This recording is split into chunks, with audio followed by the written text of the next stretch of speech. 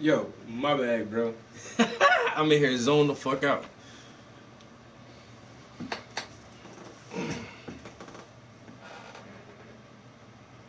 Yo, somebody said that shit. They showed the fucking like the title shot for the movie and then zoomed in at the bottom. That shit was like 4 hours and 2 minutes or some shit like that. Yeah, it's two movies in one. Who does that? This this ain't Amistad. This ain't Roots. I 4 hours and 2 minutes and some shit. Who? Bruh, I tell you, I was zoned out for a second. I was looking at this is a fitness page for people who like to exercise. That's all it is, man. This ain't nothing raunchy or nothing. It's just workout pictures after gym shots and shit like that. But damn, and some of the gym pics.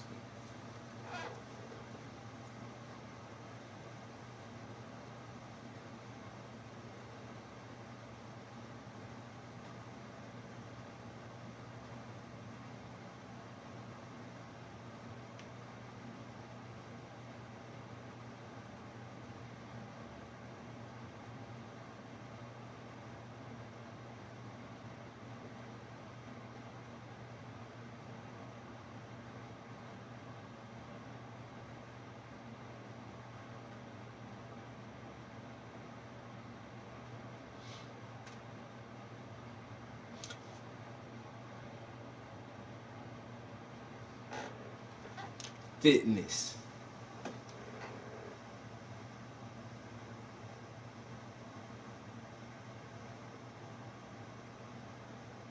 Hey, there's dudes up here too, yo. Motherfucker doing them knee ups, pull up, one knee, two knee, three knees, pull up. But that shit'll get you tired, nigga. You try do 10 sets of that shit. Step, hang from that bar and do that shit 10 times. But you be hurting like a bitch.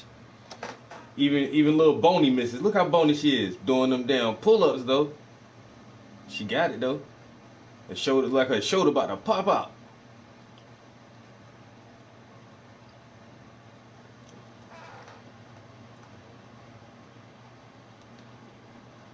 See, this how I used to look.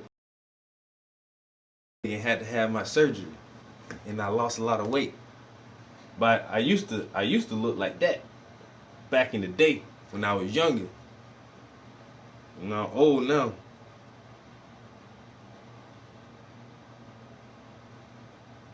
See, this is for people who don't go to the gym. See, if you go to the gym, ain't no telling what you see at the gym.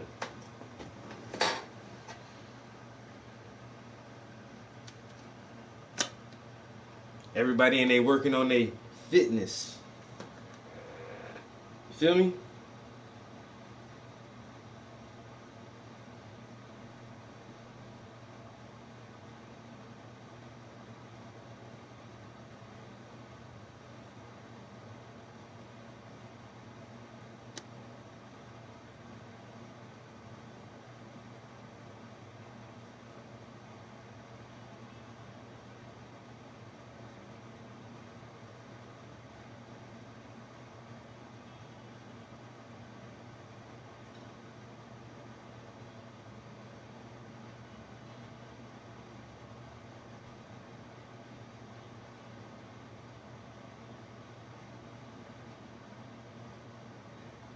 All right. Social media be having my ass mesmerized, bro. Literally, I have to tear myself away from that shit and forcefully set that goddamn smart device down because it will rot your mind. I tell you, I tripped over the power cord from a laptop. I just tripped over the cord, fucking broke that bitch. I bought a cheap one from Walmart. That shit did not work. It wasn't compatible with the laptop I had now. So this is actually my work laptop. So I told my my IT manager at work because he ordered these laptops. I said, hey, I broke my charger. I got a new charger for it. It doesn't work. He said, look, somebody else already had this issue. we ordered this charger from Amazon and it worked great for them. He sent me the link for the charger. I clicked on the link. I ordered this. So let's see what happens. They said this is the one that should work. So the other charger that I brought, it plugs in, it fits, and the laptop acknowledges that there is a charger plugged in, but it says it's not the right kind of charger. It can't detect the amperage or voltage or whatever the computer needs to verify.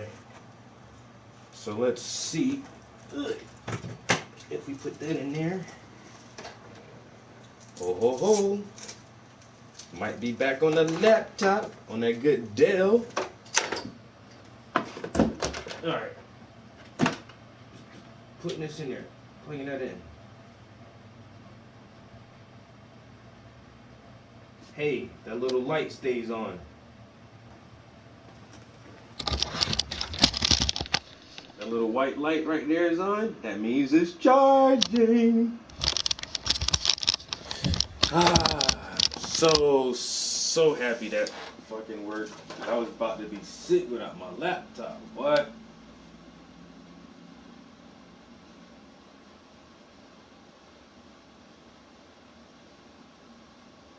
I know to be extra careful around this fucking charging port. I don't want to trip over that bitch no more.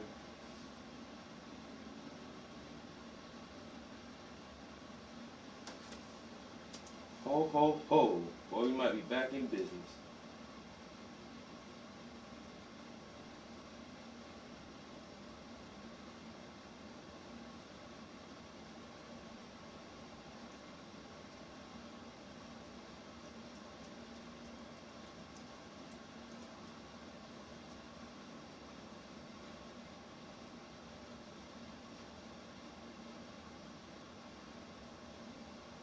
Yes, sir. And that battery is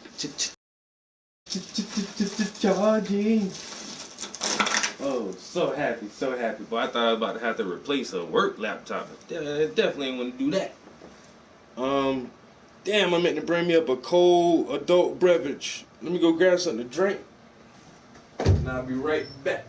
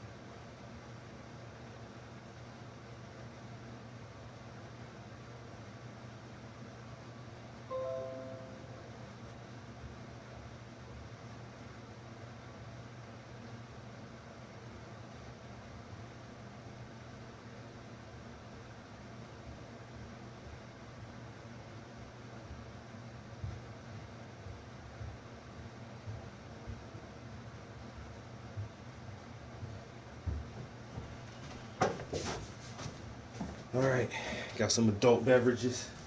You know I love them. Oh wow. All right, so that's not gonna stay in there. But anyway, MT ways. I do gotta.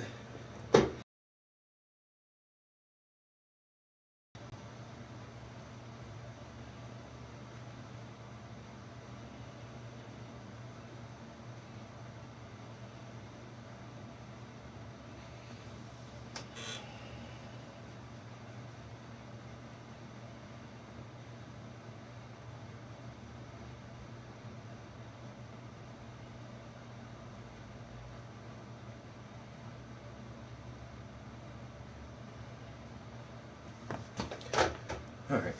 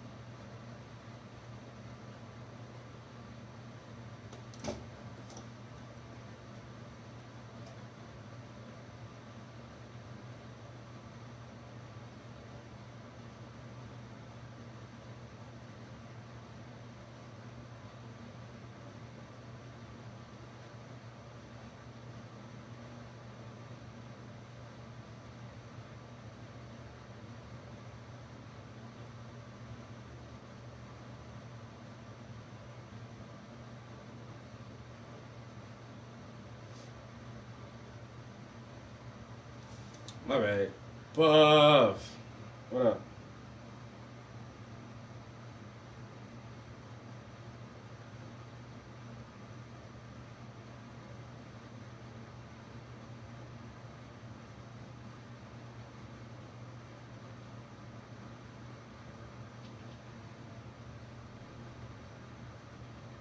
Well, I'm trying to get this damn NFT set up.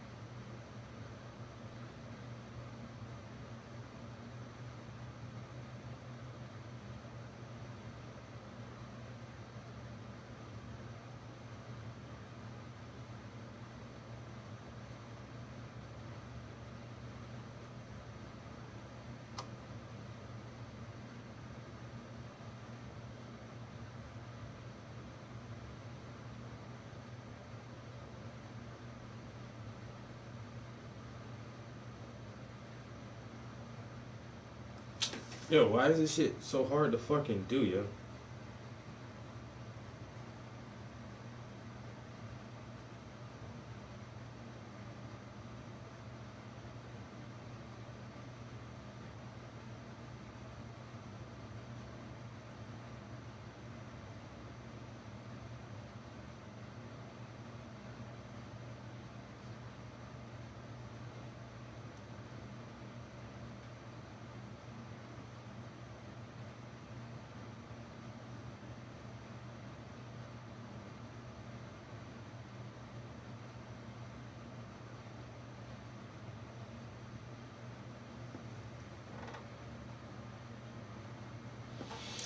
Alright, so I had to buy some cryptocurrency, and then I had to set up a wallet to put my cryptocurrency in, and then I can connect my wallet to Rarible, and then I can post my first NFT and see if someone wants to buy it. It's a little lengthy process.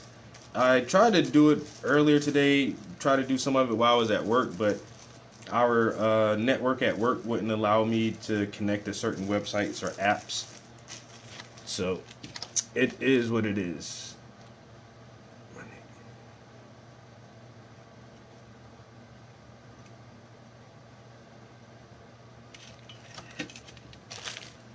I got some Ethereum. I think that's how you say it. Ethereum or something like that. ETH.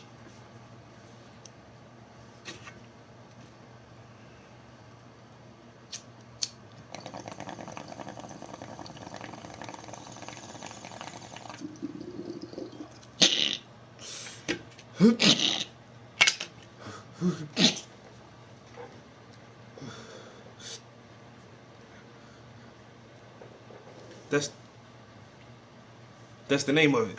E. It's abbreviated ETH.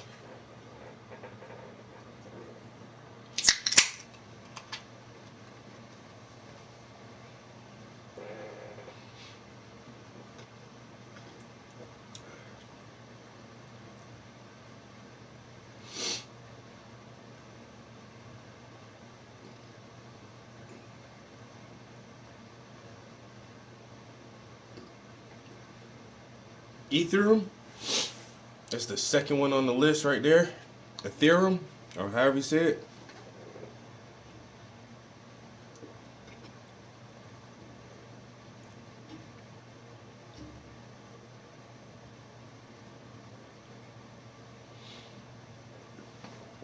So I just went ahead and did that.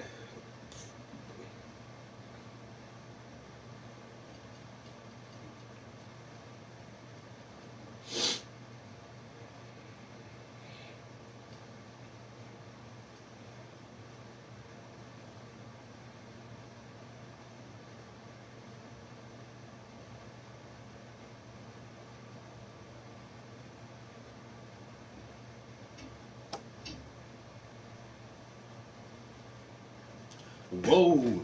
Bro, this shit asking for my. I gotta take a picture of my driver's license for this shit. Yo, that's what I'm saying. Like, the setup process for this thing is just like, Jesus Christ.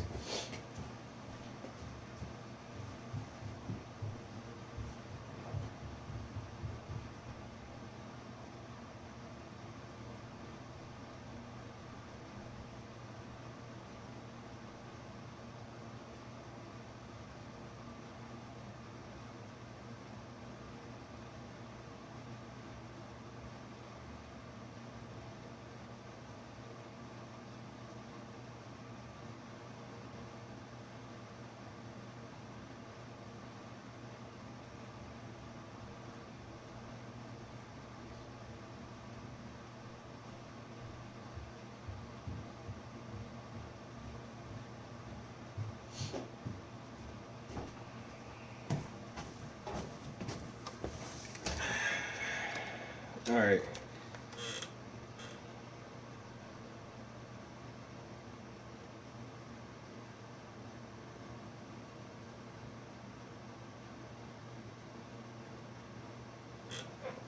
Dodge, the car company.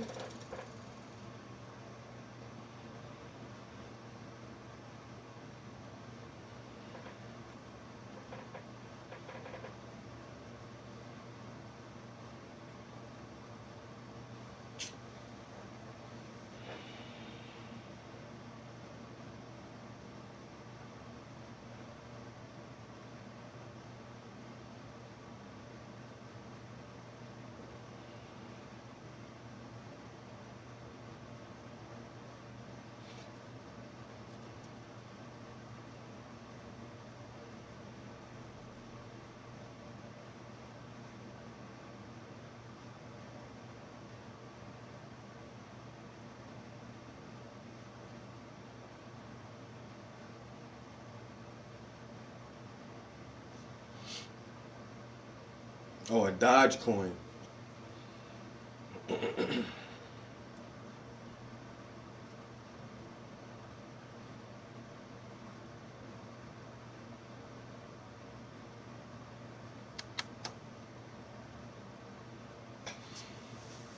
That's what I'm thinking. I might just, yo,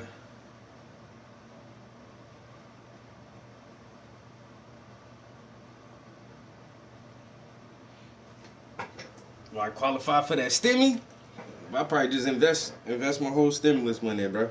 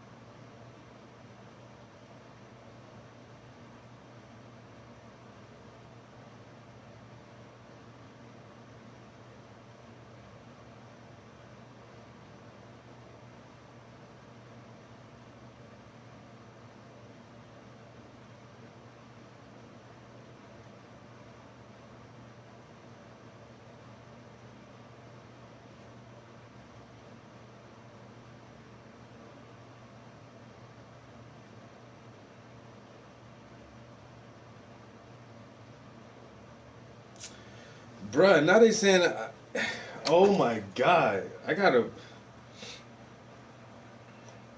know. Look, I'll just do this shit later, man.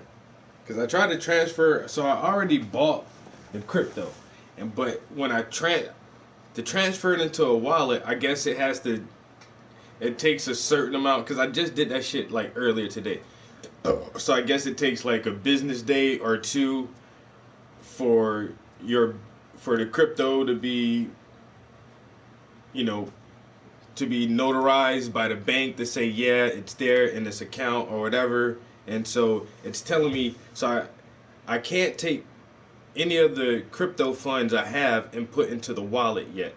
It said I can only put 31 cent worth of crypto money into my wallet when I need to spend at least 50 cents of the currency in order to start posting my NFTs. So I guess I'll be waiting for that. Guess I'll wait to do that. So I guess I'll try it again tomorrow and try to get everything set up.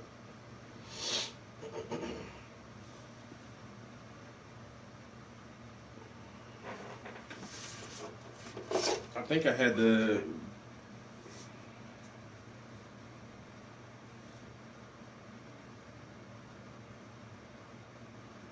Hmm. Yo, everybody investing in something, bro. Hey, if you ain't investing in something, man, YouTube University, some shit about investments in the stock market or cryptocurrency, and just get on it, man, because it's the fucking wave, and we're all of that age group where we got to be thinking about retirement right now. You know what I'm saying? That's what I'm thinking about. I'm thinking about what the fuck I'm gonna be doing in 25 years, in 30 years. I'm not trying to be working for nobody, bro. The little bit of money I do have, I need to make my money work for me instead of just sitting in the bank account or sitting in the stash somewhere. Because I like to keep physical money on me, but then I be having money in the stash just sitting there, and it's like, yo, I should just take that shit and invest it in something, man. But then I don't know. It be feeling risky having your money tied up and shit. Because I like having, like I said, I like having physical cash on hand, and I like having a good amount in my bank account. But just to like dig into your account and take like thousands of dollars out, you know what I'm saying? That ain't, most people don't feel secure doing that shit. Oh, I'ma just put $2,000 into this and $1,000 into that and see what happens and hope for the best. But fuck it, I'm gonna start gambling on that shit now. Fuck that shit, man. I need to come up. I need a major payday. You know what I'm saying? I need a major payday.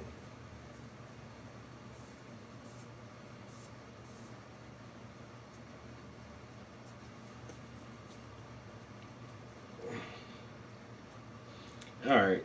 I need to paint. I ain't gonna lie, yo.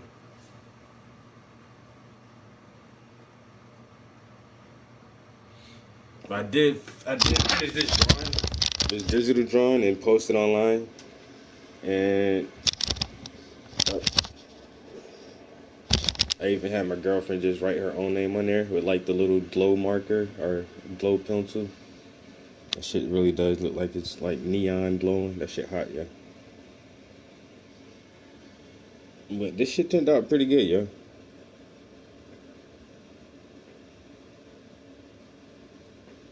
Nah, I got tons of fire insurance. Fire and flood insurance, niggas. That's all I need. I'm gonna be a cash money millionaire, nigga. Cash money. I don't need no investments, no liquid assets, and none of that shit. I need money, nigga. I need money. Can you throw that shit at a stripper? No? I don't want it then. I don't want it. If you can't smack a bitch on the ass with that shit, what you gonna do with it? Oh, I got bitcoins. Man, you can't throw bitcoins in the club, nigga. You can't make it rain with bitcoins.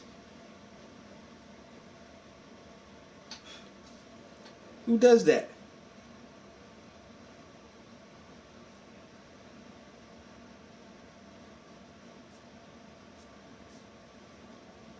Mm, you can't make it rain with a bitcoin.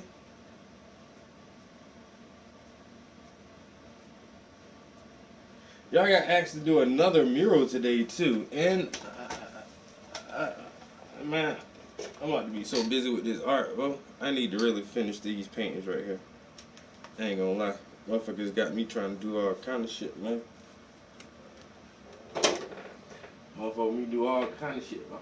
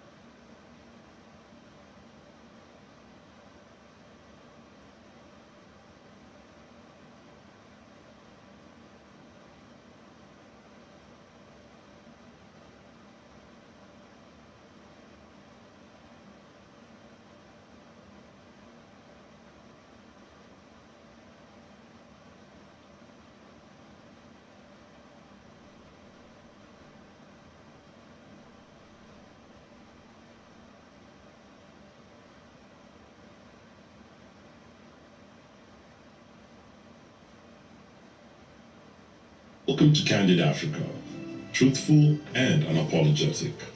It is quite simple. We need the raw materials, and you have the raw materials. However, as I have stated on occasion, Ghana no longer wants to be dependent on the production and export of raw materials, including cocoa beans. We intend to process more and more of our cocoa in our country with the aim of producing more chocolate ourselves, because we believe that there can be no future prosperity for the Ghanaian people in the short, medium, or long term if we continue to maintain economic structures that are dependent on the production and export of raw materials. We intend to add value to our raw materials, industrialize and enhance agricultural productivity. This is the best way we can put Ghana at the high end of the value chain in the global marketplace and create jobs for the teeming masses of Ghanaians. It is for this reason that my government continues to put in place a number of measures aimed at attracting investment into Ghana, as well as stimulating growth of the private sector. We have succeeded over the last 3 years in ensuring that all our macroeconomic indices are pointing in the right direction. Cut our fiscal deficit. Let's get painting. Introduce a monetary policy that is stabilizing the currency and reducing significantly the cost of borrowing.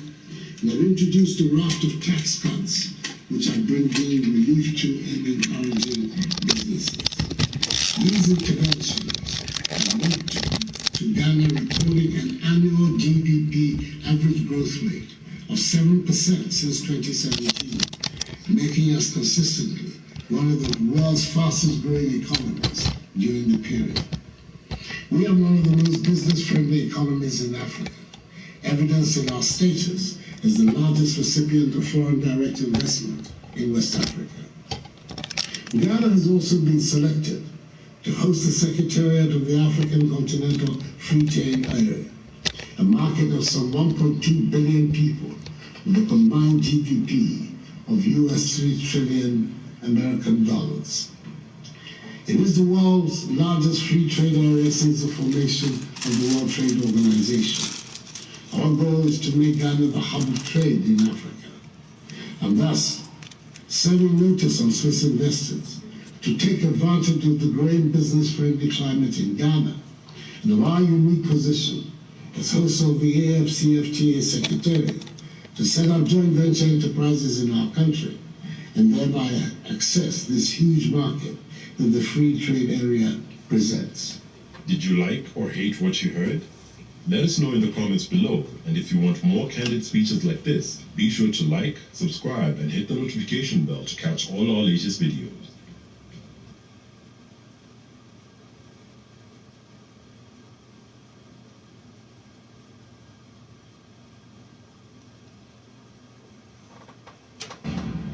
My lord, this will go far.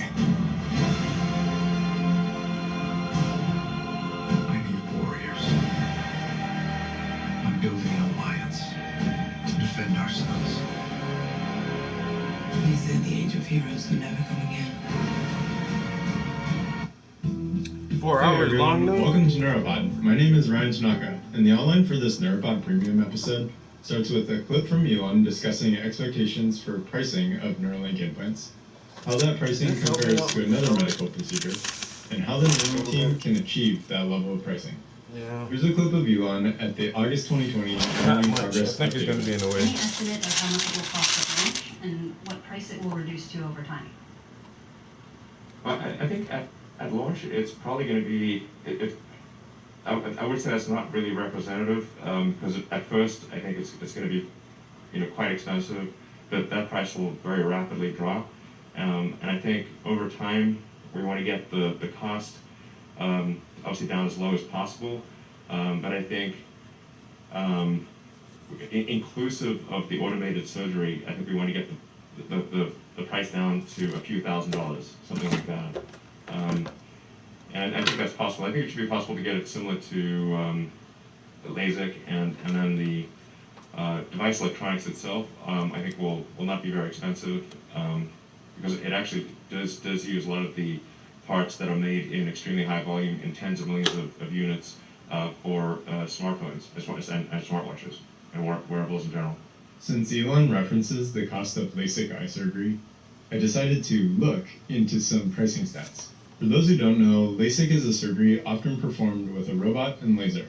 There's lots of variation, but when I take an average of the prices I've seen, LASIK hovers around a cost of $2,000 to $3,000 for both eyes. I couldn't find a good breakdown of the cost for LASIK, so here's a breakdown of a very similar procedure called PRK. It's a slightly more expensive procedure, but it's cool to see how some of the specific costs would get broken up. My guess is similar percentages of the overall cost would be the same for LASIK. The cost of a surgeon's labor hovers around a quarter of the cost, and then the remainder gets split between the equipment and the follow-up appointments after the procedure. I'll circle back to these numbers later in the episode. The numbers help because if we continue thinking about a Neuralink implant in this way, we start to get a better sense of how Neuralink is thinking about the economics of the procedure, the accessibility of the implants, and how damn cool the robot they're building is. Speaking of the robot, Elon also mentioned this at the last update event. You need to have the device, a great device, and you also need to have a great robot that puts in the electrodes and does the surgery. So you want the surgery to be as automated and as possible, and the only way you can achieve the level of precision that's needed is with an advanced robot. So we're really looking for great people who can help develop both the device and the robot. And we feel confident about getting the link procedure, the installation of a link, done in under an hour. So you can basically go in the morning and leave the hospital in the afternoon. And it can be done without general anesthesia. So the parallels continue. Although LASIK requires topical anesthesia or numbing of the surface of the eye, general anesthesia is also not needed. This is important to note because the reason general anesthesia is not used for LASIK is that the LASIK procedure is considered to have less risk than the anesthetic. We could therefore take this to mean that the Neuralink team is trying to make sure that the Neuralink implant procedure is less risky, however you might want to quantify it, than general anesthetic. The numbers have been up and down over the United States in the past couple decades. I've seen some forecasts saying the surgery is expected to become much more common globally over the next decade. One even referenced growth from around 2 billion surgeries in 2017 to 5 billion by 2030. LASIK was first approved by the U.S. Food and Drug Administration, or FDA, in 1998. At the time, the surgery wasn't nearly as commonly known about as it is today. Imagine you have really bad vision, but you visit the eye doctor and they say you're a great candidate for this newly approved surgery. It's called LASIK, and the surgery involves using a special knife or laser to cut clear tissue at the front of the eye. Does that sound scary to you? If this statement by itself does, but you generally don't get anxious if you hear someone got LASIK done, that should say something about how much society can influence our thinking. I have this point because that's probably how a lot of people feel about Neuralink implants at the moment. But if we fast forward a decade or two, the technology will likely be much more proven and therefore much more accepted in society. This spring, check out a new Hyundai SUV. It's the upgrade you've been looking for. Only at the Hyundai Spring Upgrade. I mean, it sounds so weird, but it is the wave of the future. We will have digital brain implants. It's just, it is what it is, yo. And like they say, he wants to make this product as safe, effective, and cost efficient as possible to help humankind. You know what I'm saying? But at the same time, we already know that the technology will get better. I mean, when the Model T rolled off the assembly line, that shit was fucking state-of-the-art technology. You know what I'm saying? You got a horseless carriage. But technology gets better over time.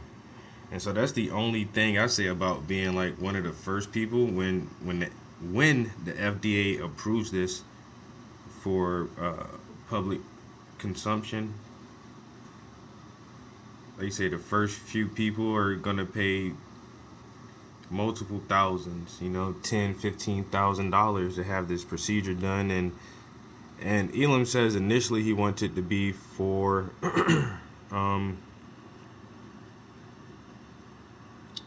legit medicine, of trying to restore functions that have been disrupted in the nervous system for people with paralysis and different things like that. Maybe we can bypass some of the damaged nerve connections with this Neuralink and re-spark a connection and help people walk again, or move their arms again, or recover seizures or anything. And initially he says that's what this technology can be used for. But yeah, this shit can be used also to like just shove your fucking smartphone in your head, and so now you don't have to carry your smartphone around and type in Google and ask Siri questions. You can just think that shit, yo. Like, what was that movie that had that guy in it? And you can just think that shit and know the answer. Imagine all the shit that you can Google and look up, but you don't have to Google it or look it up. You just know that shit. How much corn did Nebraska grow last year? And you just know that shit.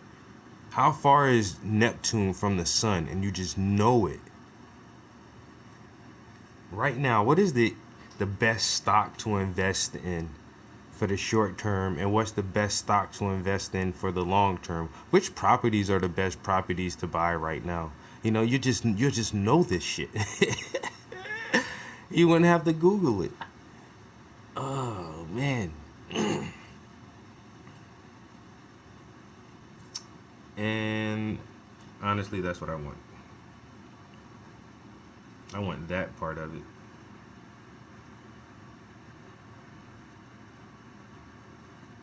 I want to be able to know everything, all the shit I want to know.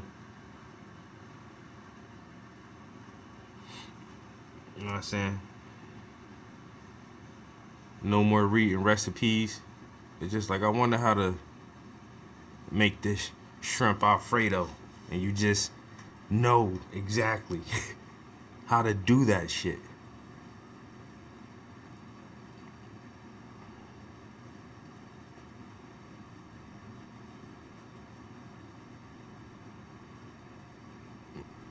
You know what I'm saying? That shit is crazy.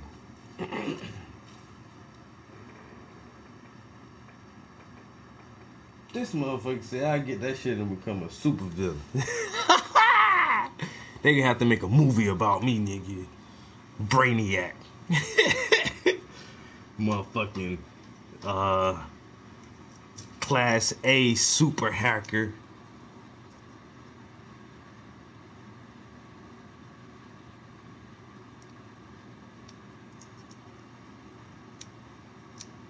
You have to make a movie about it.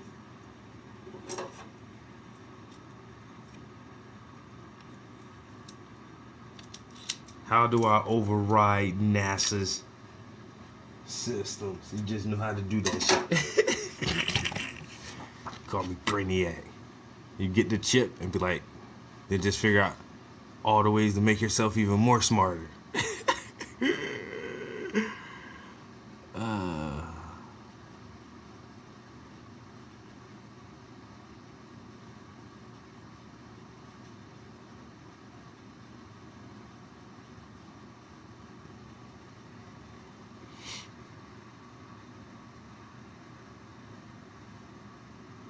Yeah, that's the only thing, man.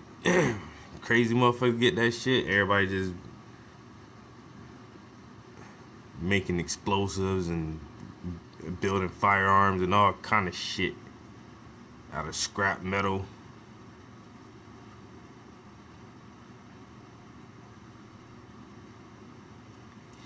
How you know how to do that? I just thought about it, nigga. Imagine all the dope boys in the neighborhood take all their money and everybody just go get some Neuralinks. Gangster.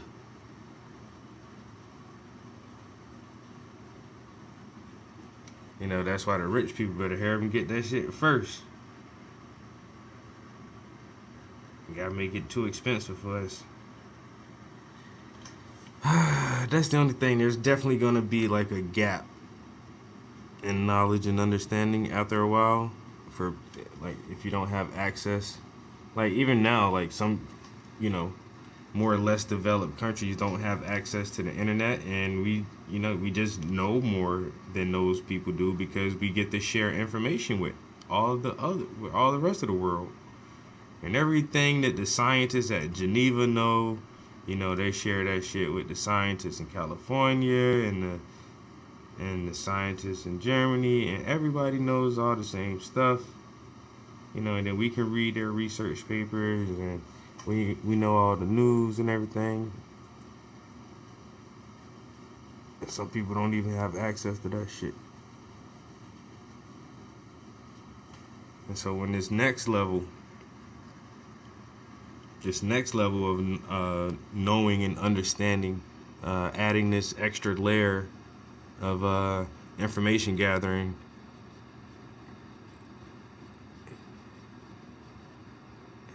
man, the motherfuckers who get that shit first, for more than just medical reasons, just like, oh, I'm perfectly fine, I'm not paralyzed or anything like that, I just wanted to like upgrade my mind, like whoever gets that shit first,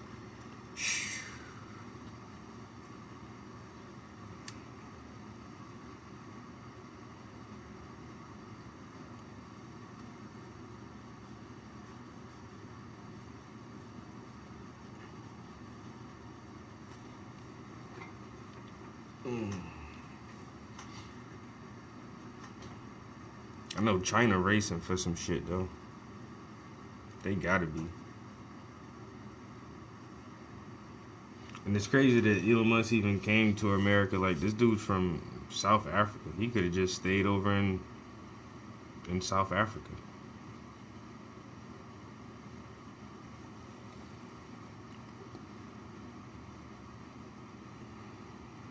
Motherfucker said, nah, I wanna go to the States.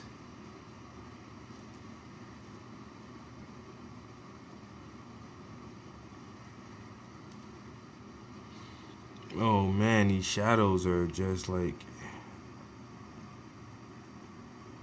I don't think I'm hitting the color exactly, but it's close enough. I feel like it's close enough.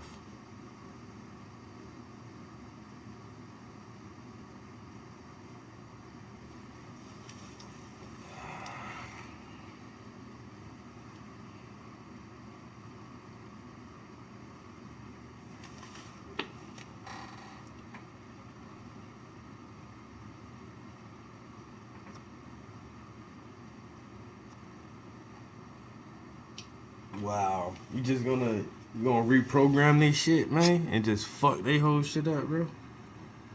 And that's I don't know. He worries about that with the Tesla information too, because all the cars, from my understanding, are on the same grid or same network.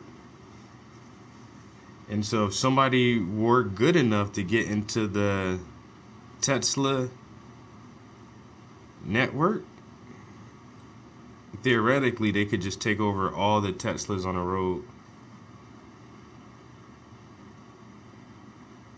And so that's why he says before they even implemented their autopilot or driving assist mode or whatever they call it, like that was the main thing. They had to make sure that their network was so fucking secure that nobody could fucking hack that. And that's why they don't give out repair specs.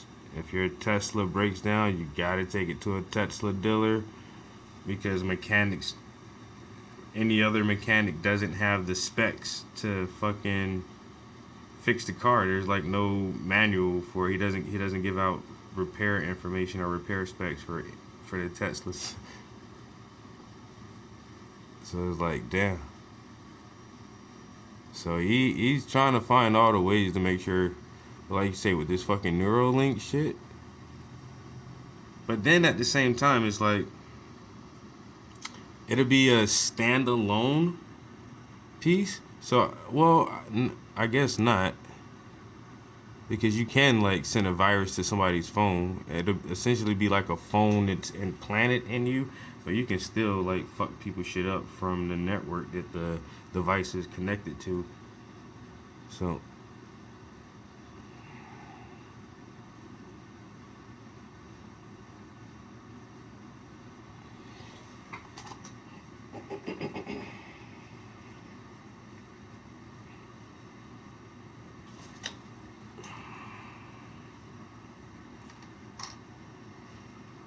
she wants to party on a dime, party on the time, party all the time.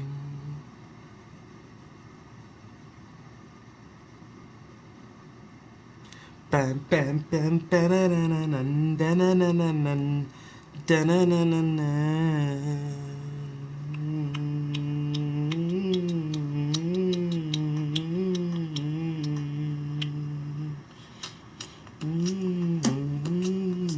Yo, that could be a beat right there. Has somebody remixed that shit yet? I'm pretty sure they have, because I'm thinking about it. So shit.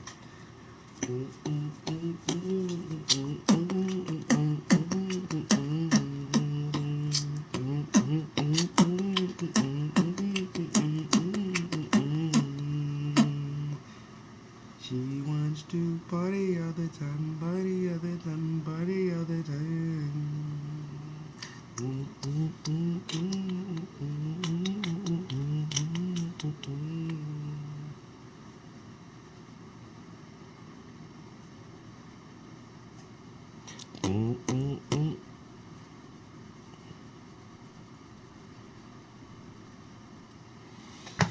Oh, shuck it, duck it, quack, quack. Make a nigga retarded overnight. The pricing from earlier. One influence on this pricing is that there are two types of eye doctors. One type is an optometrist, and another is an ophthalmologist. Ophthalmologists are medical doctors who can perform medical and surgical interventions for eye conditions. Only in unusual circumstances can an optometrist perform surgery. They aren't required to complete as much training or education as ophthalmologists.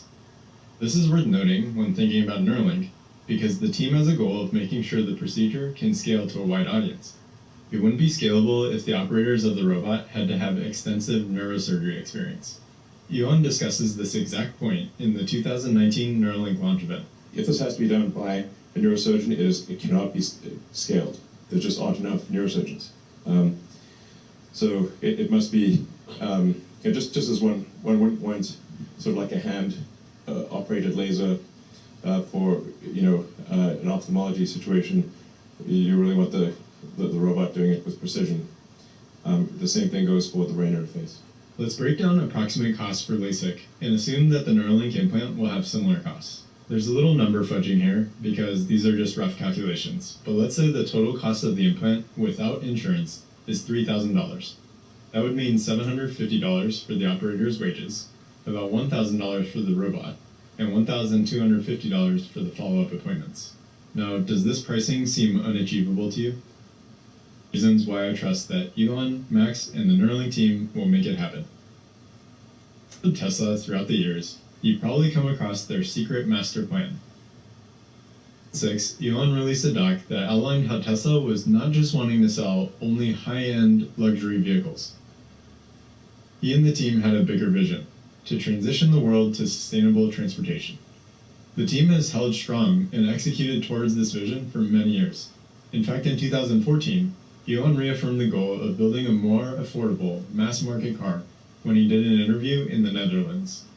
And in 3 years, there will be a cheaper one. Tell me about that. That will be a smaller car, it'll be 20% smaller, about half the price, not as many features. So if you think of like the Model S as similar to an Audi A7, A8 type of thing, then our third generation car would be more like a Audi A4. A4, right. But it's still not for a very large public, because it's still an expensive car. Yeah, we're talking about, in dollar terms, about $35,000 for the car. And that would be, when you consider that relative to a gasoline car, because you save a lot more on gasoline, it's more like a $25,000 gasoline car. Would you imagine that? Tesla is now selling the Model 3 for $35,000. Elon then went on to add this. Our goal is to try to make mass market affordable cars. That's been our goal from the beginning. So a lot of people wonder, well, why doesn't Tesla just make a mass market, long range electric car right now? And the issue is that it takes time to refine the technology. It takes time to scale up production. So you need economies of scale. You need a major design iteration, and also the third generation car will be 20% smaller. So that's essentially how we get to a 50% price reduction. 20% size decrease, factor of 10 production increase, and another design iteration to design for manufacturing. The same is true of Neuralink. Although it's great at the beginning to help a few people with brain disorders, the longer-term mission is not achievable without creating a product that's accessible for the mass market. Like Elon stated earlier, the robot is a critical component of making the implants scalable. Elon Musk planned it all. You're probably familiar with his ardent support for first principles thinking. The concept of first principles thinking in his conversation with Kevin Rose. I think it's also important to reason from first principles rather than by analogy. So the normal way that we conduct our lives is we reason by analogy. We're doing this because it's like something else that was done, or it's like what other people are doing. Elon added in this 2012 interview that the cost of battery cells was much higher than they needed to be. And for batteries, they would say, oh, it's going to cost, historically it's cost $600 per kilowatt hour, and so it's not going to be much better than that in the future. And you say, no, okay, well, what are the batteries made of? So first principles would be to say, okay, what are the material constituents of the batteries? What is the spot market value of the material constituents? So you can say, okay, it's got cobalt, nickel, aluminum, carbon, and some polymers for separation, and a steel can. So break that down on a material basis and say, okay, what if we bought that in the London Metal Exchange, what would each of those things cost? Like, oh, geez, it's like $80 per kilowatt hour. So clearly, you just need to think of clever ways to take those materials and combine them into the shape of a battery cell, and you can have batteries that are much, much cheaper than anyone realizes. I trust that this type of thinking is guiding the team at Neuralink as well. And that is the main reason I expect they'll achieve around a $3,000 to $5,000 Neuralink implant in the future. And this would be one order of magnitude cheaper than the cost of a deep brain stimulation surgery. Thanks for listening. If you enjoyed this episode, please consider supporting by subscribing here, following on Twitter, or sharing the video. Hope you join us again for the next one. I don't care how many demons has fought and how many hells. Now let's unite. This is about survival. You want to try it?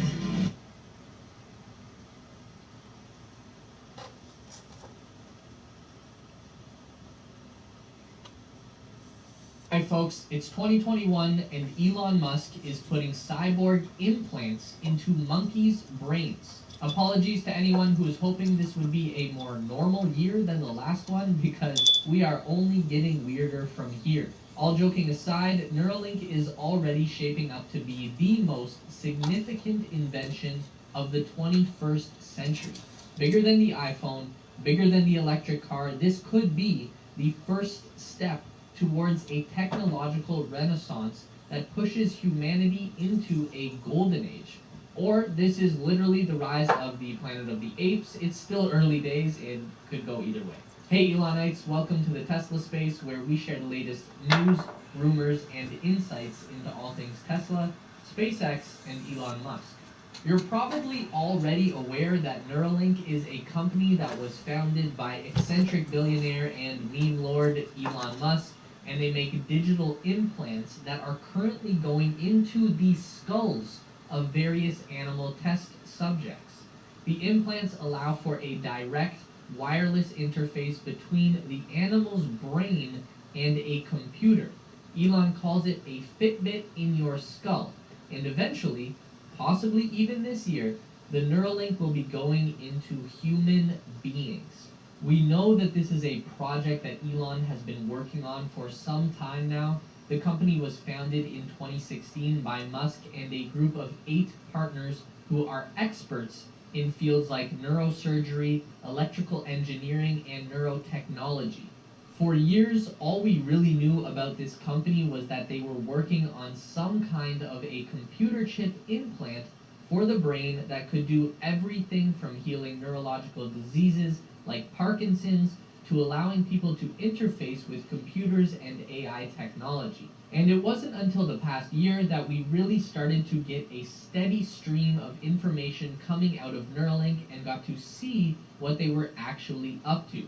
And that flow of new updates is coming stronger than ever in 2021, with Elon sending out tweets to recruit new employees into Neuralink and talking candidly about his cyborg monkey facility in a Clubhouse interview.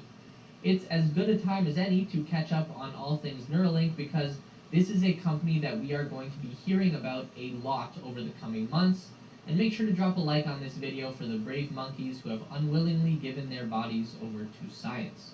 Obviously, we're going to have to wait a while until Neuralink will turn us into all-knowing beings who no longer have any need for news. But in the meantime, that brings me to today's sponsor, Morning Brew. Morning Brew is a free daily newsletter that gets you up to speed on business, finance, and tech news in just 5 minutes. I've actually been subscribed to Morning Brew for about 5 months now, so this is pretty awesome to be working with them. And what I love about the newsletter is you get a bunch of relevant stories in a short, condensed package. Instead of wasting half an hour every day jumping between apps and scrolling through feeds, I get everything I need from Morning Brew in just 5 minutes. And time is money, folks. And with all this time on your hands now, you would think the Morning Brew newsletter would cost money, but This spring, check out a new Hyundai SUV. It's the upgrade you've been looking for. Only at the Hyundai Spring Upgrade event. Lease a Tucson for $159 a month or get 0% APR plus $1,500 bonus cash and no payments for 90 days. Learn more at buyhyundai.com.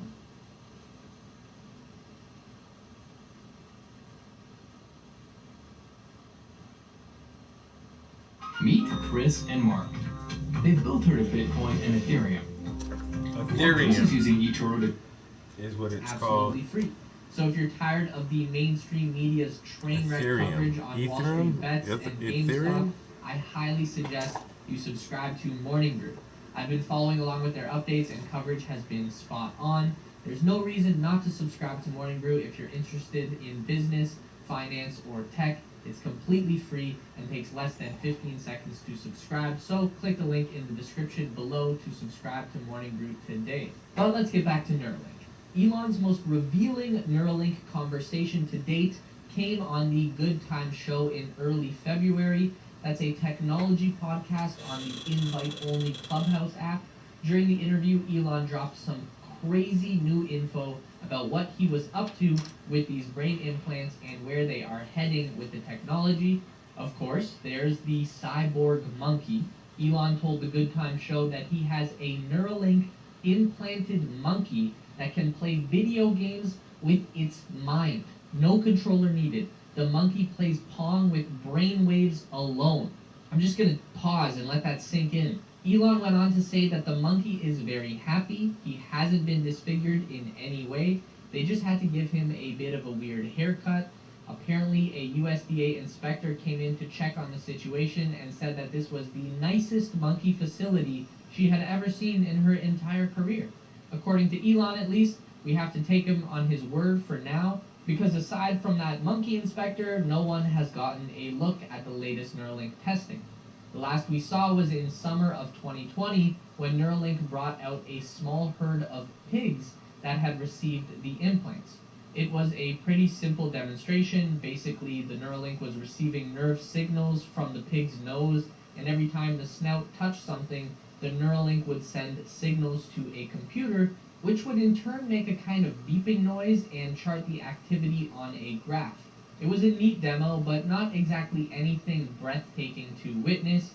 Obviously, the two monkeys playing Pong with their minds is going to be a real showstopper, but the pig demo was important in proving that the Neuralink can be safely implanted and removed without killing or crippling the animal. That's obviously something they have to get nailed down before human testing can even be considered. The implant process isn't super invasive, but it does require a hole being drilled in the skull and tiny wires connected into the brain. Luckily, the method for installing is almost as genius as the product itself. Elon based the idea for Neuralink's physical connection on the science fiction concept of the neural lace, which comes from a series of books that he likes. The idea was basically for a digital layer that could sit above the brain and would not require extensive surgery to insert.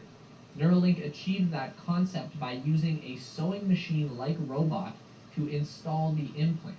After drilling a hole in the skull so that the implant sits flush with the subject's head, the robot will stitch a series of tiny flexible probes into the subject's brain. Each probe contains 48 to 96 wires, and each wire contains 32 electrodes. The machine is capable of inserting up to 6 probes per minute. The speed that this all happens and the flexible, thread-like nature of the probes is what makes this all possible.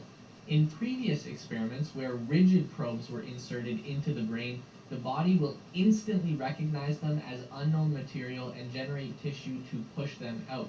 Neuralink has found that when flexible probes are rapidly inserted, it actually minimizes trauma to the brain that can trigger the bounce-back reaction. Now that's a lot of science, I know, don't worry, that's about as deep as we're getting into the nerdy stuff. Drop a like on this video if you're still following me. Hopefully I got that mostly right, but basically this robot is what makes Neuralink safe. It's a fully automated procedure that takes human error out of the equation. Elon has also said that safety is his first priority in all of this, and that's the same approach he takes with his Tesla vehicles. At the Neuralink presentation with the pigs, Elon talked about how with cars, it is technically legal to ship a vehicle with a 1-star safety rating, but Tesla choose to only make cars that are 5 stars in every category. The same standard will apply to Neuralink. They are working with the FDA to not only meet the guidelines for safety, but to far exceed all the requirements. Now that we know how a Neuralink works, we can get back to what can a Neuralink actually do. And that's a concept that is always evolving every time that Elon speaks about it. In the beginning, the application of the brain-machine interface in the short term was to treat serious brain diseases, with the eventual goal of human enhancement, sometimes called transhumanism. Elon himself once described Neuralink's project overall as helping to achieve symbiosis with artificial intelligence. We know that treating neurological disease and injury is still top of mind for Neuralink, and we know that could be heading in the direction of clinical trials starting later this year. We got this information from a Twitter exchange that Elon had with a man who was paralyzed from the shoulder down due to a car accident and was hopeful about participating in studies with Neuralink. In his Clubhouse interview, Elon gave us an idea of what Neuralink could actually do for a person in this kind of situation. In the short term, the implant wouldn't be able to give him back control of his body, but it could help to make up for his lost capacity by enabling a person to control an electronic device with their mind. Anyone with a Neuralink will be able to interface with a smartphone just by thinking, completely eliminating the keyboard, mouse, and touchscreen from the equation. Elon says that people are in effect already cyborgs because they have a tertiary digital layer thanks to phones, computers, and applications. Elon said that with a direct neural interface, we can improve the bandwidth between your cortex and your digital tertiary layer by many orders of magnitude, increasing the speed at which people can interact with technology by 1,000 to even 10,000 times faster. And in the long term, that connection could expand from your smartphone to allow you to connect directly with other people's brains. Now this is where shit gets really weird. In theory, two people with Neuralinks could communicate ideas telepathically, and it would be an instant transfer of information. Your brain wouldn't have to waste time compressing an idea into words and speaking. The person on the receiving end wouldn't have to decompress your words into their own brain as an idea. The idea would just transfer instantly, like airdropping a photo from your phone to your laptop, except brain to brain. When you apply that concept to human learning, it means we could just transfer the information straight to your memory. You wouldn't need to read a book or watch a YouTube video. Everything would just be there, in your mind. The scene in The Matrix where Neo learns Kung Fu in 30 seconds, that's basically it, but in real life. And as if that wasn't crazy enough, Elon went on to say in that same interview that the Neuralink could hold as a saved state of a person's mind after they have died. A backup drive for your non-physical being, your digital soul. It's nuts. We could have something like that Black Mirror episode where everyone gets uploaded to a digital afterlife server when their body dies. Elon even said that we could end up with an altered carbon level situation where your digital self could be implanted into another human body. They could even put your Neuralink into a robot and you would become that robot. Long story short, we all better get used to Elon Musk being around because he's on track to become the first digital immortal. So, how's everybody feeling about Neuralink these days? Exciting? Terrifying? Would you line up to get one in your own brain? Let's talk about it in the comment section below. Quick reminder, be sure to check out Morning Brew. Again, we have a link down below in the description. If you want to continue to learn about everything regarding Tesla, SpaceX, and Elon Musk, we've got 2 more video options for you on the screen to check out. Don't forget to give this video a thumbs up today if you liked it, and subscribe to our channel for weekly content just like this.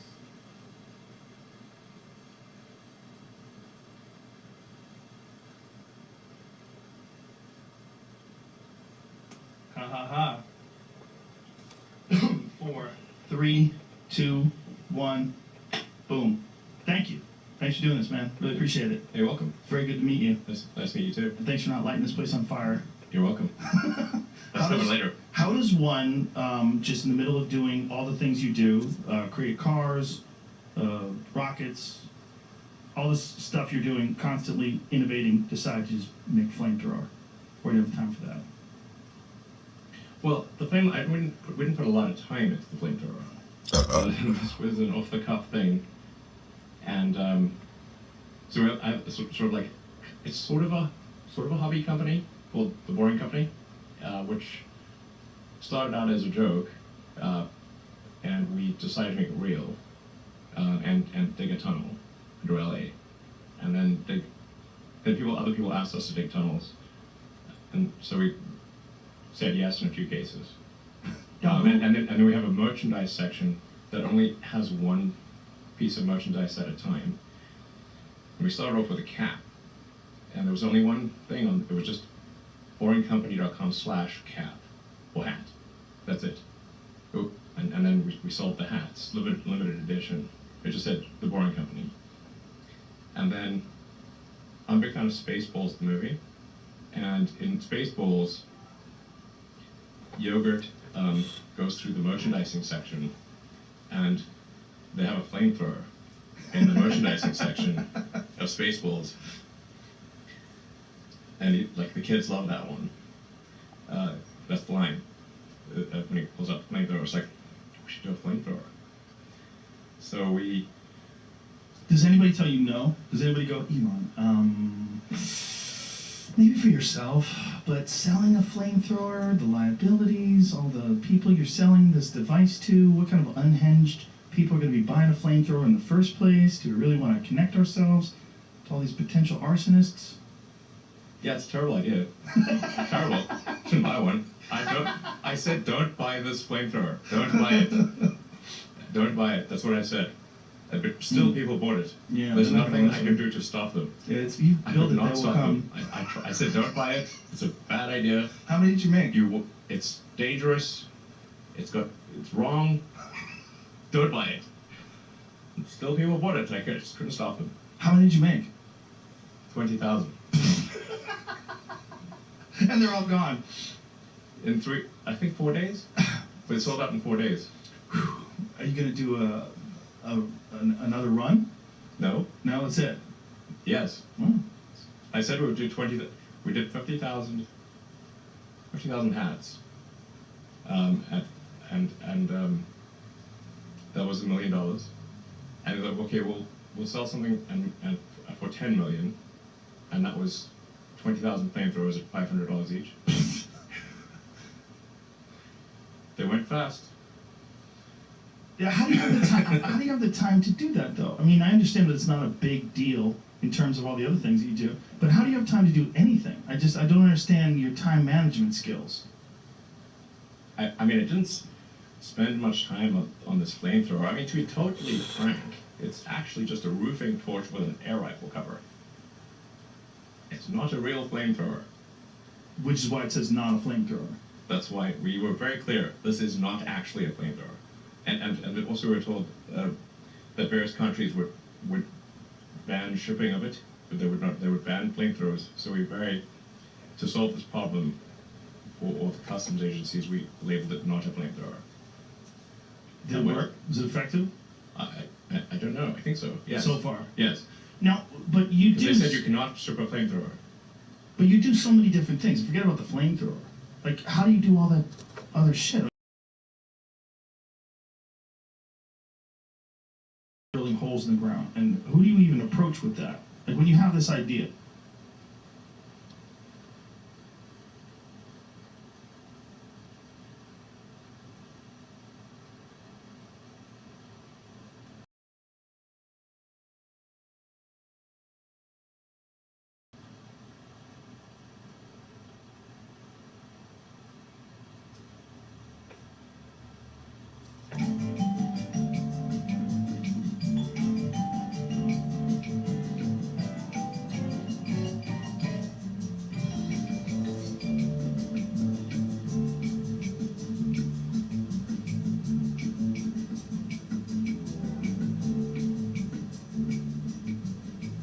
Welcome to Free Thought Matters. I'm Dan Barker. I am co-president with Annie Laurie Gaylor of the Freedom from Religion Foundation. We are a national organization which produces this weekly talk show, and we work to educate the public about the views of non-theists, that's atheists and agnostics, and to keep state and church separate. You're welcome to become a member of FFRF or simply ask for more information at ffrf.org.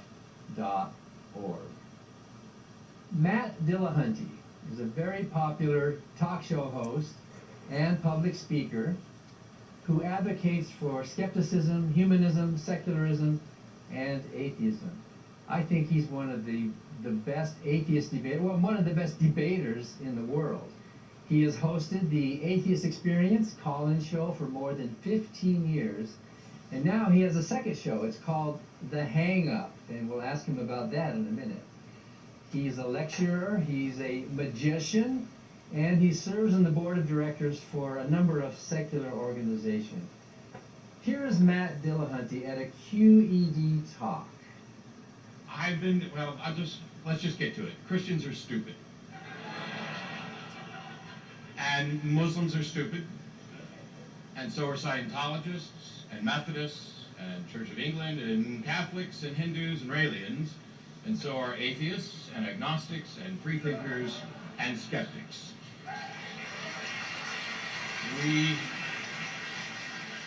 Nobody has a monopoly on reason or stupidity. I find it in not quite equal measures, but it's everywhere. And we can all be both reasonable and stupid. So Matt Dillahunty, or you can, right? That was part of the point. Is one of the things I've heard over the years of doing the shows and the lectures is, oh my gosh, how did you escape religion? Okay, well, I'll talk about my story, but how could you believe that in the first place? It is the lifelong atheists who often struggle the most with you. How could you believe in a talking snake and stuff? Because I was stupid. I was stupid like anybody else. If you don't have the right tools and you don't have the right information, you're probably not going to come up with the right answer. And recognizing that my IQ didn't go up when I found my way out of Christianity, I may be colloquially smarter, I suppose, but I still make mistakes, and so will everybody else. And so let's not be patting ourselves on the back too much for getting what I think is the right answer to the easiest question that's ever been asked. The more you learn, the smarter you are, I suppose. And nobody knows everything. I mean, there's a lot of ignorance that all of us have. And one of the things I like about you watching your show is that you very often say, I don't know. And there's no shame or harm in saying, I don't know. I mean, isn't that part of the scientific process, to say, I don't know something, and I'd like to know? Yeah, that's the answer that allows you to start looking for the right answer. If you think you do know, investigation stops. You're not looking for an answer if you think you've got one. So you're a magician. I've never seen you do an act, but I hear you're really good at it. And some people have even said you must have some spooky supernatural abilities. Let me ask you the same question that I asked James Randi, the amazing James Randi. He was a magician who just died recently. We were having breakfast in Copenhagen, and I said, James, you're a magician. Can you make religion disappear? Can you do that? I can't make it disappear in that sense. I'm trying, though. And I'm trying to make it disappear along with a lot of other superstition and woo. Randy was wonderful. We did an event in Vancouver, and I was really upset by his passing. Matter of fact, my profile picture on Facebook has and will remain Randy and I from an AA event. But yeah. So you know what he told me when I asked him that question? Without missing a beat, he said, yes, I can, but you can't afford it. So we'll never know, right, if he could do that. Well, he should try just like you. So you were raised religious, right? Were you Southern Baptist? Primarily, yes. So what happened? I mean, were you a believer? Did you pray? Did you really think it through? Did you think you were talking to God and seeing miracles and all that? So what happened? I'm not sure that I ever thought I saw miracles, but I definitely thought I was talking to God, and on occasion I would think that God was responding. I remember standing in church and, feeling the same thing that people around me felt, sensations of elation and goosebumps when you're singing and praising. And of course, if I don't know what that is, and everybody around me says that's the Holy Spirit, then, well, that's just the truth. It becomes the Holy Spirit. And it was upon discovering that maybe there were other explanations, and maybe I shouldn't be rushing in to attribute goosebumps to gods, that kind of put me in a mindset of, hey, let me see if I can figure out, is this really true? Because I was going to be a preacher. I sort of stood up in front of our church as a youth and helped lead those efforts, and I was going to go be a preacher. Well, you were just like me. I had the same feeling of a calling of God. Speaking of goosebumps, I used to get them too when I would pray, and I feel this presence in the brain, and but goosebumps are actually, they're not evidence for a spirit, they're actually evidence for evolution, and I'm sure you know why.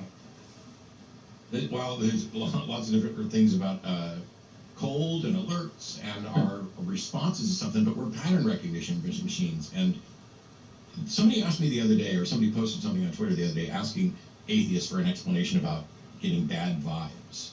And I kind of view bad vibes and all of this in the same realm as this is, as far as we can tell, it's intuition. If somebody wants to attribute it to the supernatural, they've got a lot of work to do to explain how they came to that conclusion, when really it's the product of we are the survivors of people who have hyperactive pattern recognition. And so when the bushes rustle, our ancestors ran away, whether there was a tiger or not, so they didn't get eaten. And similarly, whatever you want to write off as intuitions, the things that we intuitively leap to, you can train that. That's the whole point of skepticism, is to try to train your gut or train your inferences so that you're more consistent with reality. Well, because our ancestors also were much hairier. They had more hair. And for thermal control, you raise the hair. And when you're afraid, you want to look bigger. So when do you get goosebumps? When you're scared. Yeah. When you're scared and when you're cold, right? So, but now the hair's gone. What do we got left? Well, I guess it's the Holy Spirit, isn't it? There's more hair gone here than in other places. But yeah. That reminds me of the joke or the question that if atheism is a religion, then baldness is a hair color. Yeah. You've heard that I one. mentioned that earlier on. Atheism is a religion like bald is a hairstyle. But also, one of my favorites is actually a religious joke. My grandfather, who was bald, I remember him telling me growing up that the good Lord made a few perfect heads in this world, and the rest of them he had to cover up with hair. And I don't care if there's a God, I still find that funny and comforting. That is good. So you do debates. You and I both do debates, and you and I are the kind of animal that just loves being out there doing debates. But I've heard from a lot of atheists, not all of them, but some atheists who think debates are a waste of time. You're not going to change anybody's mind. Why do you do debates? Well, I don't necessarily do it because I'm trying to change the mind of the person I'm debating, my interlocutor. Although that has actually happened once. We got through the opening and a debate opponent actually agreed with me. I'm more reaching out to the people in the audience who share that person's thoughts and reasons, because they're not on the spot. We know that if you are put on the spot and even shown that your position is false, many humans are more likely to double down. But I'm trying to reach the people who are watching, just like when I take calls on Atheist Experience. I'm trying to reach the person that's sitting at home, rooting for the person who's arguing with me because they share their views. And when they're demolished, they get all the agony of the defeat that they have to deal with and hopefully process. I do, in fact, think that debates can change mind. I don't think they're the only way. I'm not saying they're necessarily the best way. It's just my way. Well, they can nudge somebody for a while. They can move somebody from a 6 to a 5 maybe, and then later they do some thinking. You and I both debated Dinesh D'Souza, and I saw a wonderful debate with you and him on the stage. Where was that debate? That was New York City, wasn't it? It was New York City, March 1st of last year. It was right before I went into quarantine. Right before New York got hit. Yeah. I'm not sure how much of a debate it was. There was definitely a lot of arguing back and forth, but it's not like there was a moderator or anything. There wasn't any structure. So why is it that you and I have debated Dinesh? I've debated him 8 different times in 8 different states. Why is it then that you and I are still atheists after debating the great Dinesh? We are obviously more stupid than Dinesh. I think my favorite thing from that discussion or debate with Dinesh is that on every topic, if you go back and listen, on almost every topic, we would disagree, and he would always go to the money. He would always go to the profit behind it, and I would always go to the people behind it, because I'm a humanist, and he's a greedy bigot. Well, and he's a hypocrite, too. I actually met he called him his assistant. She was a young woman who was his fiancée, who they brought to this debate. And it broke up his marriage. I met that woman, and I congratulated him. He said they were engaged to be married. Well, that engagement lasted, what, a week, I suppose. But you debated Ray Comfort, too. Is that right? What was that like? Kind of. I mean, Ray and I did this twice. Once on a Christian call-in radio show out of Minneapolis, and then once on a modern day debate. Ray doesn't debate, and he'll tell you he doesn't debate. He will agree to show up to a debate so that he can preach. But he has no interest, and flatly will claim, I have no interest in demonstrating the truth that God exists. I just love Matt and don't want him to go to hell. Did he bring a banana with him to the... He didn't, but I did. And actually, the magic show that I toured Canada and the U.S. with was called Magic and Skepticism, and the opening bit has Ray Comfort doing his shtick about the banana while I do magic tricks with bananas. And so Ray became the voiceover from the beginning of my magic show. So I'd like to ask you what you think, in your experience debating formally or informally, what do you think is the toughest issue that we skeptics have to do? What is their strongest argument, do you think? Not that it's good, but what is the strongest one? Well, I think probably the two that appeal most are the things for which we don't have answers. Why is there something rather than nothing? Because they can apparently give an explanation for why there's something rather than nothing. When the truth is, if somebody asks me, hey, what's the explanation for the origin of everything? My answer is, I don't know, and as far as I can tell, neither do you, or neither does anyone. That's a problem we haven't cracked yet. But it can feel like that to people.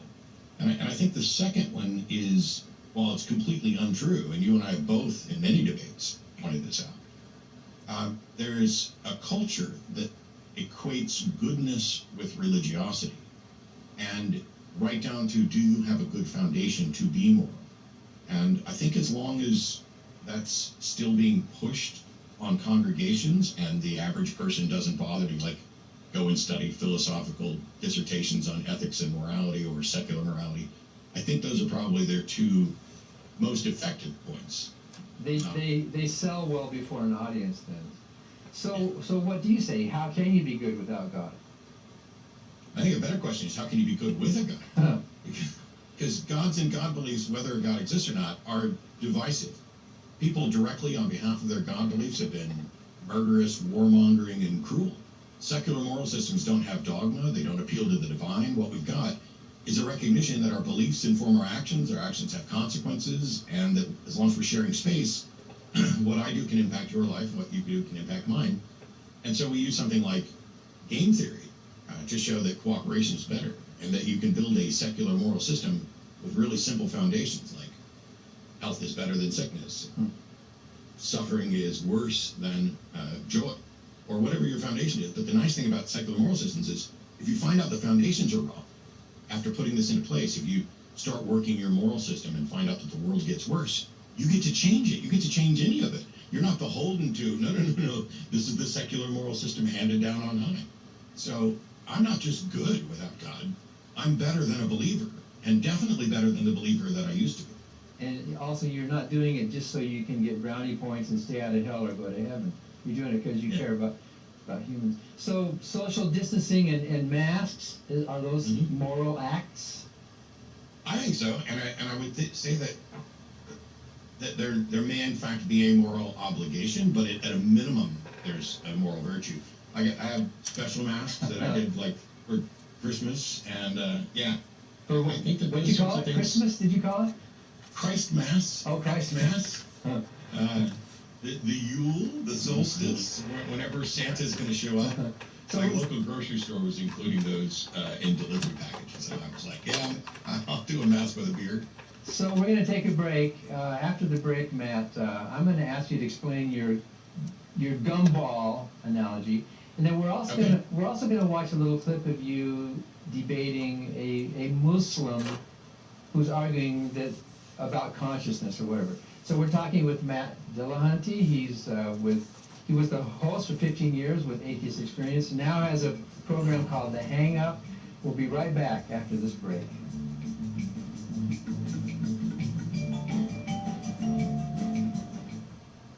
Hi, I'm Ron Reagan, an unabashed atheist, and I'm alarmed by the intrusions of religion into our secular government.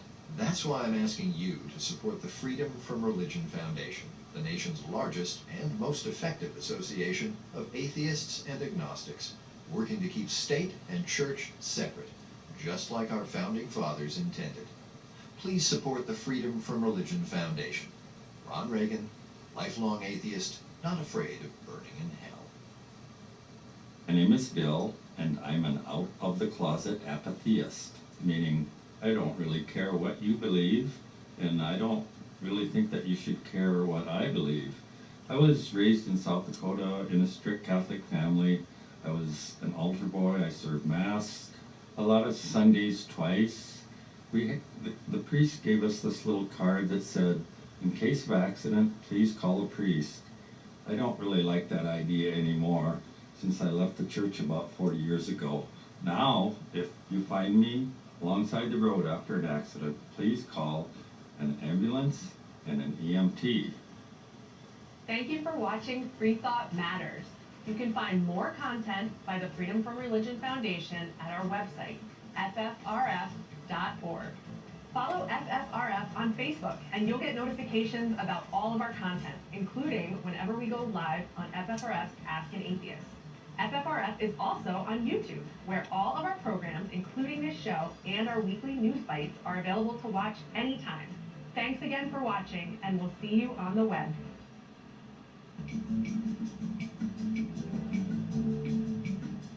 And welcome back to Free Thought Matters. We're continuing our conversation with the preeminent debater and skeptic and humanist, Matt Dillahunty. And Matt, let's look at a little bit of you debating a Muslim who was asking about consciousness. Maybe you can tell me what show this was, if it's Atheist Experience or not. This is Matt on one of his TV shows. Why do you think that consciousness comes from consciousness? Because I see no evidence of that at all. Okay, you're right. Well, for me, the notion of a creator of everything makes the most logical sense. So from using logic, that conclusion would make the most sense. And No, sir. Hang on, Muhammad. Saying that you are convinced that a God makes the most logical sense and then declaring that you're going to be logical based on that is actually fallacious and has nothing to do with logic. You are inventing a circular argument by beginning with, I believe that this is the best explanation logically, and therefore logically I will continue to go forward with that. I'm asking, why are you convinced that consciousness comes from consciousness? What is the evidence that consciousness comes from consciousness?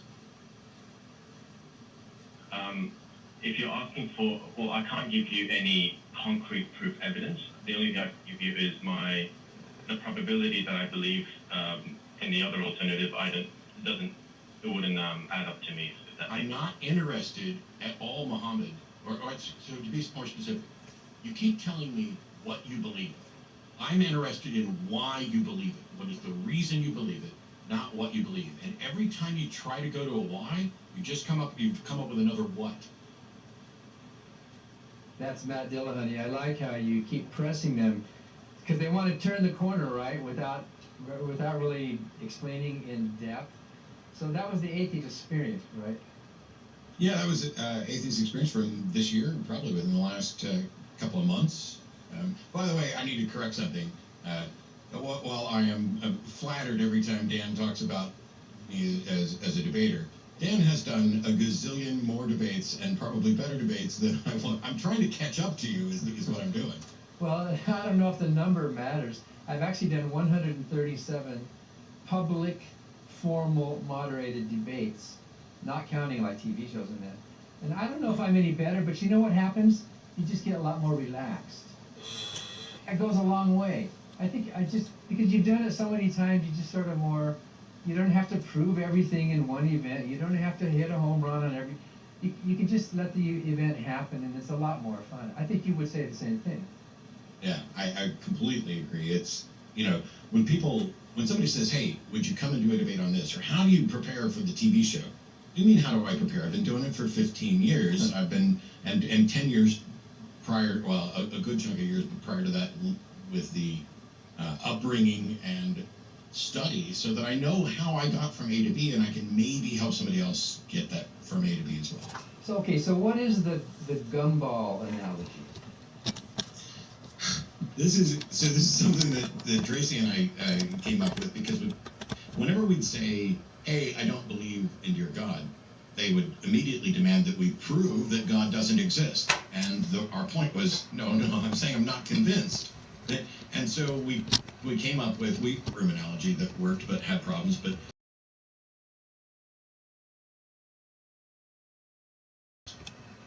we could try and find the number. But what if all they asked was, is there an even number or an odd number of gumballs? We know that it must be one of those two. And so if, knowing that there's only two options, if somebody held up that jar of gumballs and said, do you believe that the number is even? And you say no, that doesn't mean that you believe it's odd. So the fact that you agree that there's only two options doesn't mean that you're not being convinced of one means you are necessarily convinced of the other. So you could say no to both questions. Do you believe it's even? Do you believe it's odd? Yeah, you could say I'm not yet convinced of either. But if we're talking about something like atheism, and theism. There's a proposition, some God exists. If you are convinced of that, you're a theist. If you're not convinced, you're an atheist or a non-theist, or I don't care, pick whatever label you want for it. I'm not that concerned about the labels. But if I say I'm not a theist, it doesn't mean that I believe that I have 100% proof that a God doesn't exist. And that's the way they always want to frame it. There is a default position, there is a burden of proof, and unfortunately for everyone from every religion that is advocating for the supernatural, they haven't even come close to attempting to meet their burden of proof. So I'm stuck. And then you also talk about probability and likelihood. If the jar had half blue and half red gumballs, and you picked one in the dark, what is the probability that you would have a red gumball? Right, 50%. 50%. You would have to say, I have a 50% confidence this red or blue. And yet believers don't talk in probabilities, do they? Show have flatly said there's nothing that will change their mind. There was a quote I read in somebody's book yesterday that if they read in the Bible that 2 + 2 = 5, they would believe it and pray and seek to understand it. And this rounding up to everything is absolute. Well, I'm not saying there's a 0% chance that a God exists. I'm saying the likelihood of a God existing is incalculable, unknown, and hasn't been supported or even argued that you could come close to saying it's 1%. If they did believe 2 + 2 = 5, you could make a profit off of that, couldn't you? you could probably, you'd make a 20% profit or whatever that comes out to. Dan, I think you just gave me the motivation for the next new trick I act, because I've been wanting to do a short change routine on stage for ages, and I can use the 2 + 2 = 5 things to do that. Thanks. I think we have time for a lightning round, if you're game for it. Yeah. I'll ask you some quick questions and answer them in 30 seconds or less, or whatever you can do. It's hard for me to ever do anything in 30 seconds or less, so this is going to be really fun, because I think I can do it. So how do you explain the appearance of design in nature? Isn't there a designer? Well, the appearance of design doesn't necessarily mean design. So seeing localized order is expected. The wind can form sand dunes, but that doesn't mean the wind intended to form a sand dune. And so we live in the environment that allows us to live, and that requires that there be some order, and our pattern-seeking brains sometimes label that order as design. So we live in the universe. What started it all? How did it get here? I have no idea, and as far as I can tell, neither does anybody else. So aren't you really an atheist because you're rejecting moral authority? Don't you really want to be free to sin? Yes. Actually, no, that's not the reason that I am an atheist now, but there would be nothing wrong with the yes answer. I actually did a video on this a couple of years ago because I used to avoid the yes answer. I used to tell atheists, no, if somebody says you just want to sin, you better have a really good explanation. And then I realized it was wrong, because if they say y'all just want to sin, it's perfectly acceptable to say, yeah, I do, because the things that you call sin, the things that your religion labels sin, I don't have a problem with it. I don't have a problem with sex, with divorce, with alcohol and drugs in moderation and those things. Your simplistic morality and your concept of sin is something that I actively reject, and I think that. What if I told you that I have personally met God, I have a personal experience, and I know He's real? I'm happy to believe that you are honestly explaining an experience. I just can't accept your explanation for it. Like when someone tells me they're abducted by aliens, I'm willing to believe they've experienced something. I just don't think their explanation for what it is the right one. There's a little more work to be done. Well, thank you, Matt. It's really been fun having you on the show today. Matt Dillahunty, debater. Thank you, anytime. Debater, talk show host. So how can people see it? What's the Hang Up? Is the new show? The Hang Up is the new show on the network Jimmy Snow put together called The Line, but they can just Google Matt Dillahunty, Hang Up, Matt Dillahunty, Atheist Experience. Probably just my name will get into everything. Well, thanks for joining us today. My pleasure. And thank you for watching Free Thought Matters, because free thought matters.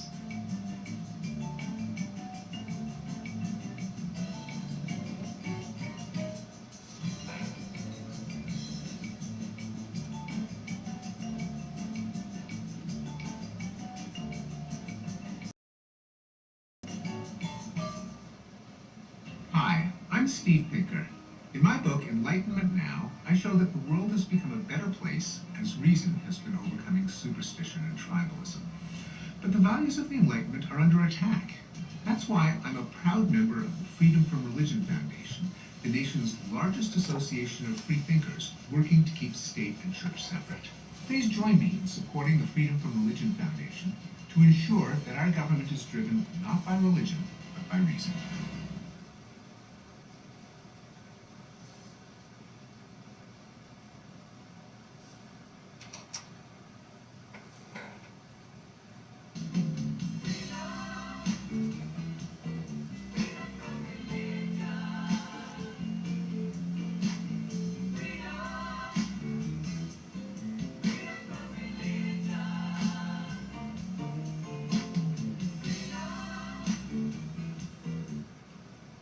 Welcome to Ask an Atheist. I'm Annie Laurie Gaylor, co-president of the Freedom from Religion Foundation, and this is the second of our new participatory program, Ask an Atheist, where you can participate. And it doesn't matter if you call yourself an unabashed atheist or an indifferent agnostic or a believer who's just curious. I'm Dan Barker. I'm FFRF co-president and, by the way, a former evangelical minister who saw the light. And I'm Andrew Seidel, an atheist and a constitutional attorney here with FFRF. And in every week of this program, look for us at the same time, same place. Staff from the Freedom from Religion Foundation will tackle a controversial or a thought-provoking or topical subject. And it usually has something to do with free thought or the separation between state and church. Last week, we explained what's wrong with the Ten Commandments, and there's a lot wrong with the Ten Commandments. Today, we're going to talk about a persistent but unsupported criticism of FFRF, something we hear from the right wing to make us appear exclusively anti-Christian and biased. We hear it from the likes of The Blaze or Todd Starnes, who asks, why doesn't FFRF go after Muslims who violate the First Amendment? And of course, we at FFRF don't actually go after anyone of any religion. We go after violations of the Establishment Clause of the First Amendment to our godless Constitution.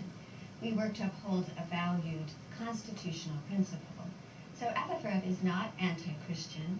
FFRF is pro-state-church separation. We are anti-Christianity in government or Islam in government, and we'll pursue any legitimate state-church violation, regardless of which religion happens it to be encroaching upon our Constitution.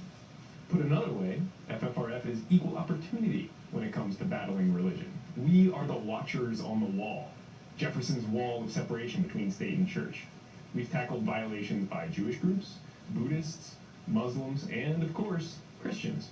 In fact, I've actually written legal letters on violations involving all these different religions, from Buddhist shrines on public properties to ritual Jewish circumcision, where the mohel actually sucks the blood from the cut foreskin. This happens in New York City today, often giving the infant herpes.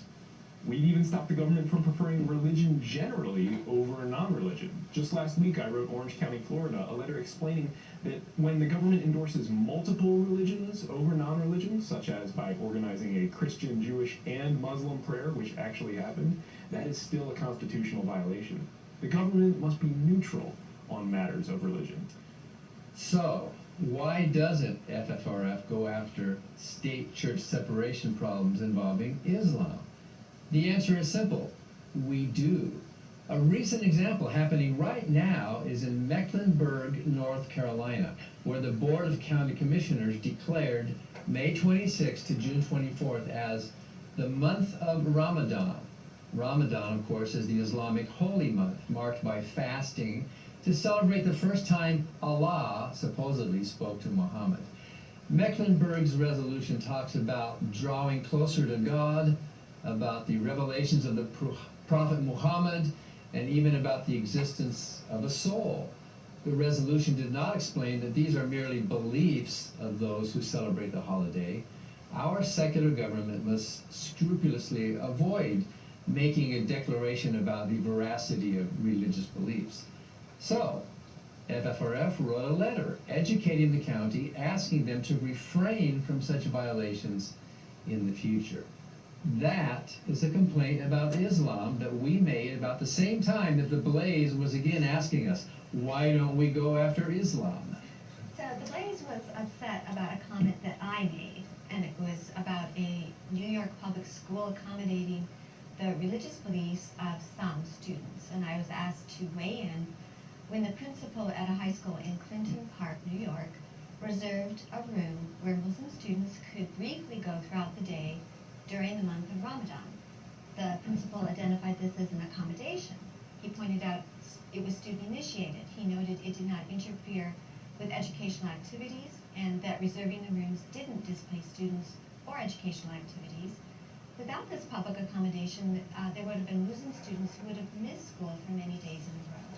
I pointed out that there were problems with this, that the principals had to monitor that paraphernalia should not be left in the classrooms. It shouldn't be called a prayer room, for example. And I also told them, I don't really like this, but this is new public accommodation law that has evolved in my lifetime. But like JFK, I really believe in an America where the separation of church and state is absolute. But since this accommodation law is here to stay, this seemed like the very best the schools could do. And we also pointed out that if there's more damning facts that come to light showing entanglement or endorsement, we'll reassess. So there are two basic reasons why it may seem like we don't address violations of Islam. The first is demographics.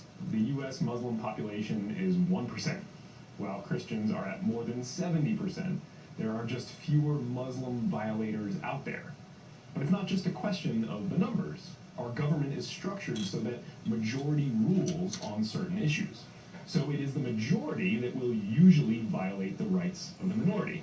This is precisely why we have a Bill of Rights. The Bill of Rights exists to protect the minority from the tyranny of the majority. So the democratic process, coupled with demographics, automatically checks most of the Islamic state church violations that we see. And there's a second reason why you don't hear much about these violations. It's because they often don't fit the media narratives. For example, when FFRF challenged a Muslim college professor who was promoting his personal religion in the public classroom, we sent our press release to Fox News. We sent it all over the country, complete with audio clips and PowerPoint slides showing the violation. Here's one that reads, "Logical inference confirms the existence of God." Well, of course it doesn't. That's a factual statement about a religious belief that is untrue and is being taught in a public school classroom. So, FFRF successfully fought this religious endorsement, but our action didn't fit the right-wing media narrative of atheists targeting only Christians. So despite tons of evidence, audio and visuals and more, you never heard about it. But Dan, you've had public debates with Muslims, correct? Well, with several Muslim apologists and Muslim scholars over the years. In fact, I've done 9 public debates with Islamic scholars. They're kind of similar apologetically to the Christian theologians. I did one in 2003. I debated Hassanein Rajabali at the Islamic Center in Queens, New York.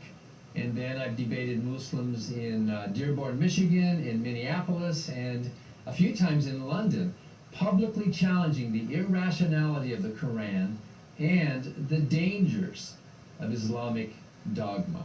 So the Freedom from Religion Foundation has given prominent critics of Islam such as Ayaan Hirsi Ali and Tasneem Najrin awards for their intellect and bravery.